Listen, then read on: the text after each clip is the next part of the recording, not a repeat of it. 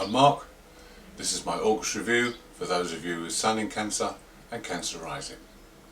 This month is all about reassessing for you, reassessing your career, your goals, your self-worth, everything.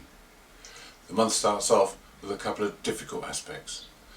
Mercury in your first house is opposite the Pluto-Saturn conjunction in the 7th. Now Mercury in the first house can be a little bit self-obsessed, so you need to be careful how you deal with people. Other people will have good input. You need to listen. You don't need to take their advice, but you do need to listen. Mercury doesn't know it all in the first house. It may think it does, but it doesn't. So if you don't want to rub people up the wrong way, just listen. Then the other difficult aspect is the Sun making a square to Uranus in your 11th house. Now the 11th house is your goals and your dreams, setting out what you want to do. That's fine. But the Sun making a square would mean that you have to change your plans. It may be an outside influence, it may not be anything to do with you, but you may have to change your plans to adjust.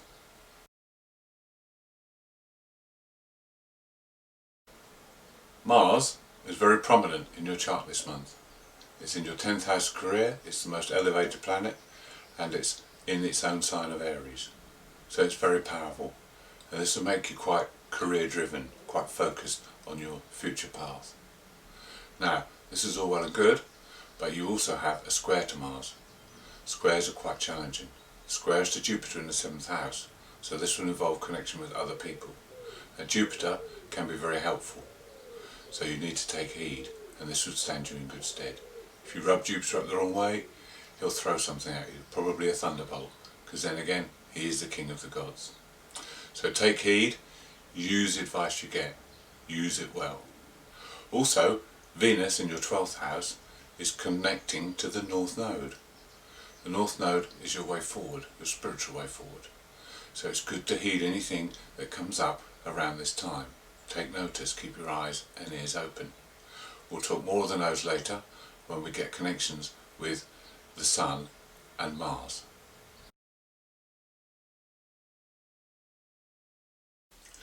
The full moon on the 3rd sees the Sun in your 2nd house in Leo and the moon in your 8th house in Aquarius.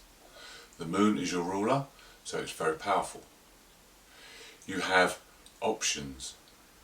The moon will give you the option of looking at the bigger picture. It's more concerned with humanitarian issues, whereas the Sun in Leo is more concerned about the self and the self-worth and how you are treated. So you need to use the insights from the moon. It will give you psychological insights and also psychic awareness. Use these to sort out within your own being how you are valued, what worth have you got, and what can you give to the whole. What can you give to society? What can you give to humankind? Anything that's too selfish or anything that's not good for you because people aren't valuing you, there's time to discard those so that you can move forward with a clear view of who you are and what you're worth and how you fit into the bigger picture of society as a whole.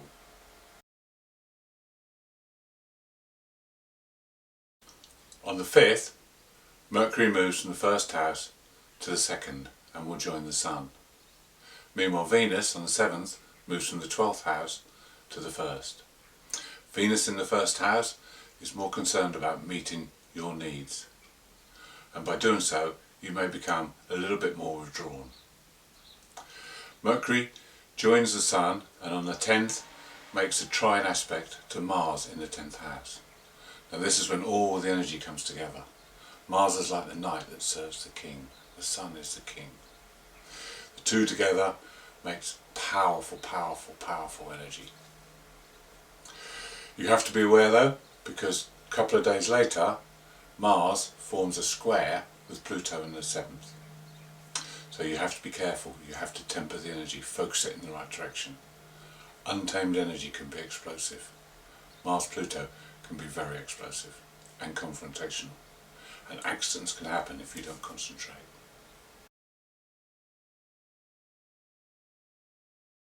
We spoke briefly of the moon's nodes earlier. Now, The Sun and Mars both form positive aspects to the North and the South Node. The North Node is our spiritual way forward, is our destiny. The South Node is where we've come from, it's our past. The North Node we need to follow. It teaches us, it guides us. The South Node has nothing to teach us. We've already been there, we've done that. So now is the time to be aware of any events or any things that happen that you can take advantage of. The way forward is the unfamiliar route, the untrod territory. The past is not the way to go now. Push forward into the future.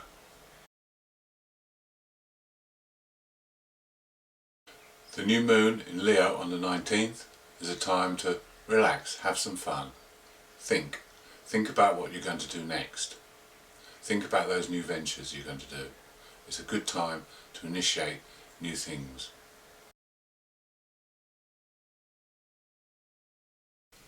On the 20th, Mercury moves into the 3rd house and into the sign of Virgo. Mercury's happy in his own house, and he's also happy because he rules Virgo. A couple of days later, the Sun joins him. So this is an ideal time to push forward, put those plans into action. Virgo is very analysing, it's very hands-on and practical, it's very critical but precise. So this is a time to push forward. A couple of days later though, there's a little bit of a setback. Mars makes a square to Saturn. All that Mars energy is going to be contained for a while. Mars wants to push forward. Saturn wants to limit and to slow down. If you have this natally, it's like trying to drive a car with a handbrake on. It just doesn't move very fast at all. So have a couple of days break, let this aspect pass, and then push on with your project, or whatever it is you need to do. On the 24th, a very happy Mercury makes a favourable aspect to Uranus in the 11th house. Uranus has been assessing your goals and your future. Mercury can now bring that together.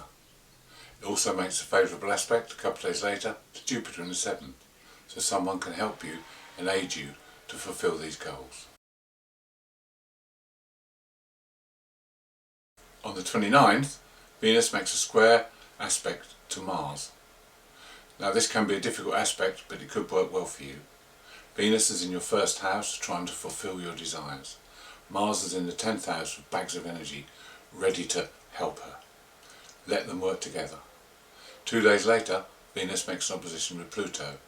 Now this is intense energy, intense desire, so this could be a difficult one to handle. But use your diplomacy and things will be fine. 31st as well, Mercury makes an opposition to Neptune. Now this could be an enlightening experience, and this could be something that raises your consciousness. Thank you for watching. I hope you enjoyed it. If you'd like me to do more, please subscribe. If you'd like to leave a comment, I'd love to hear from you.